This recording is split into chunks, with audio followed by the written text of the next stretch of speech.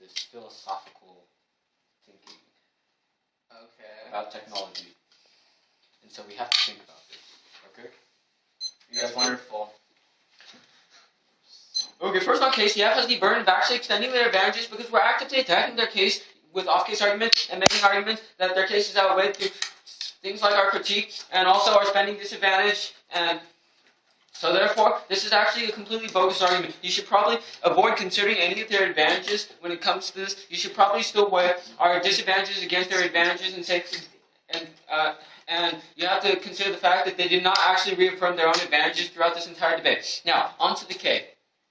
K, for on the framework, we have to evaluate this framework from the perspective of our epistemological and ontological thinking, because we've been talking about the entire time, in the 2NC, we talked about how this perverts what politics are really about. Life is not just able to be divided into politics, culture, and the universal. You can't do that. People are complicated things. You can't just take one of these in a vacuum. You have to consider all three. And that's what we're saying we have to do. We have to consider the fact that this is something bigger. We have to consider the fact that this K represents something far greater than just a policy option. We have to think about the fact that this is inherently what we're doing. This is the mindset that we have when we're doing these decisions. If we don't examine this, then we'll never be able to actually have better policy options in the first place.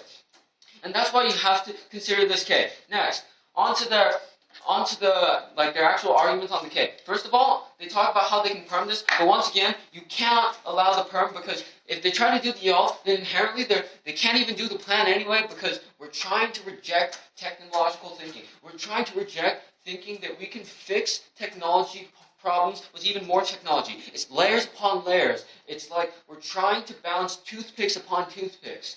It's not going to work. It's all going to come tumbling down, and it's just going to fail.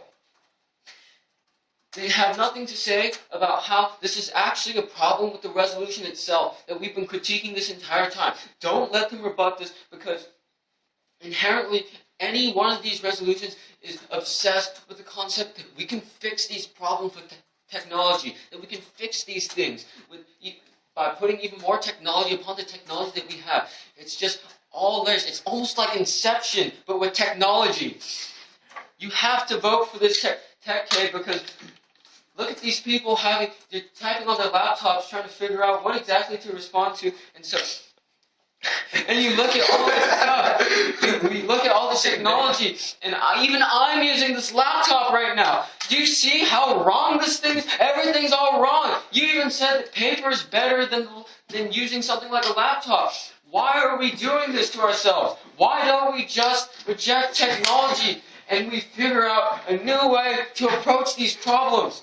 We can do this because people are capable of realizing this, and we can choose to accept this new mindset, and we can use this new mindset to develop new ways, new policies, and new ways of thinking that will ultimately let us actually reach a true solution in which there are no more inherent problems. We can finally reach nirvana. We can finally reach all these great things, and if we don't, we have our impact, which is ultimately just horrible. Yeah. So this K is the most important thing that you may ever decide upon. This K is about what it means to be human, what it means to inherently have this idea of how we fix things, how we approach this world. And that's why I strongly urge that you vote negative. Thank you very much.